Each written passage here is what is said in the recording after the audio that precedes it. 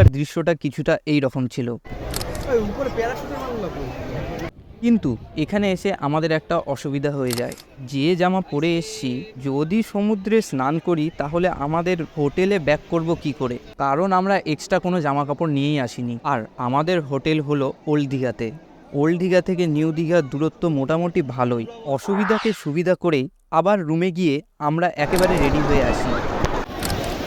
এই জেট স্কিতে ওঠার আমাদের সবারই ইচ্ছে ছিল, কিন্তু যত টাকা চাইলো অত টাকা আমাদের কারো কাছেই ছিল না। সস্তায় কাজ সারতে আমরা স্পিড বোটে উঠি।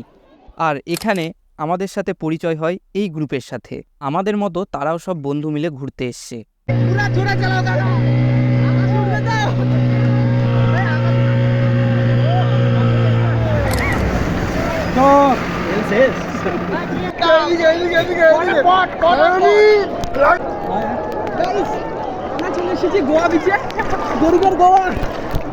তোমরা কি দেখতে চাও? তাহলে লাইক শেয়ার সাবস্ক্রাইব।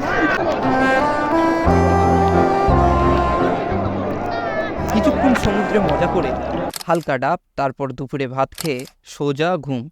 ঘুম থেকে উঠে আমরা সন্ধ্যায় আমাদের রিসর্টের এই দিক ওই দিক একটু ঘুরে আবার ঘুমোতে চলে যাই, কারণ আজকে যা হয়েছে অন্য দিনের তুলনায় একটু বেশিই মজা করা হয়ে গেছে।